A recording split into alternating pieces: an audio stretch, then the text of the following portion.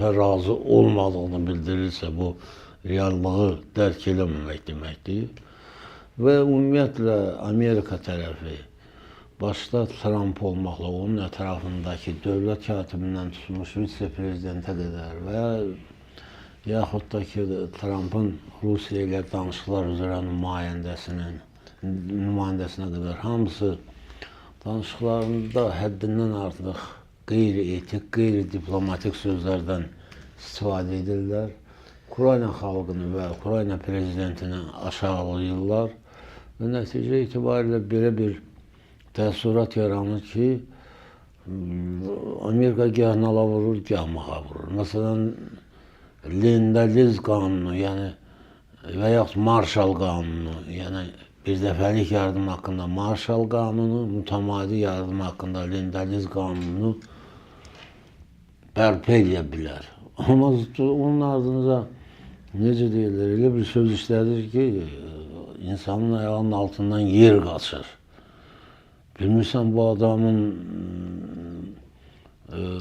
başqalarını ələ salır, yoxsa ağlı yerində deyil, nədir. Ona görə də yəni Trump'ın bu bəyanatlarından cana yığılmış Avropa Birliyinin komissarı, Avropa Birliyi Komissiyasının sədri Ursula von der Leyen bəyan edib ki, ümumiyyətlə Amerika, onun prezidenti Trump bizim daxili işlərimə qarışmamalıdır, bizim işlərimizə burnunu soxmamalıdır, biz özümüz öz problemlərimizi həll edəcəyik. Arada da o aranı qarışdıranlardan biri olan Max Avropanı 4-cü Reyx adlandırır. 4-cü Reyx. Bu həddindən artıq təhqiramiz oldu. Avropa dünyaya necə deyirlər, dəyərlər yayır. Avropa dünyaya texnoloji yeniliklər, nanotexnologiya, ondan sonra süni intellekt məsələsində misli görünməmiş nailiyyətlər yayır.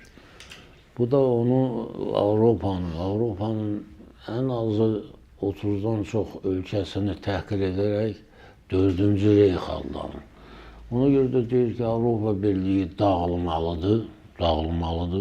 Hər bir dövlət çıxıb suveren dövlət olmalıdır və necə deyirlər, bu suverenliyin hesabına onlar daha çox irəliyə gedəcəklər. Bu, hər halda başından yekə danışır və bilmədiyi şeylərə burnunu soxur və Avropa Birliyi kimi böyük bir, nəhəng bir iqtisadiyyata bu cür həqarətlə yanaşmaq o sözün həqqi mənasında diplomatiyadan xəbəri olmayan bir adamın sahilamasından başqa bir şey deyil. Bunun ardınca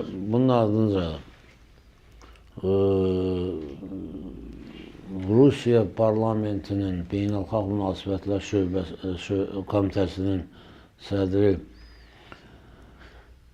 deyir ki, güya Avropa Birliyindən 4 dövlət, sonra deyir 6 dövlət.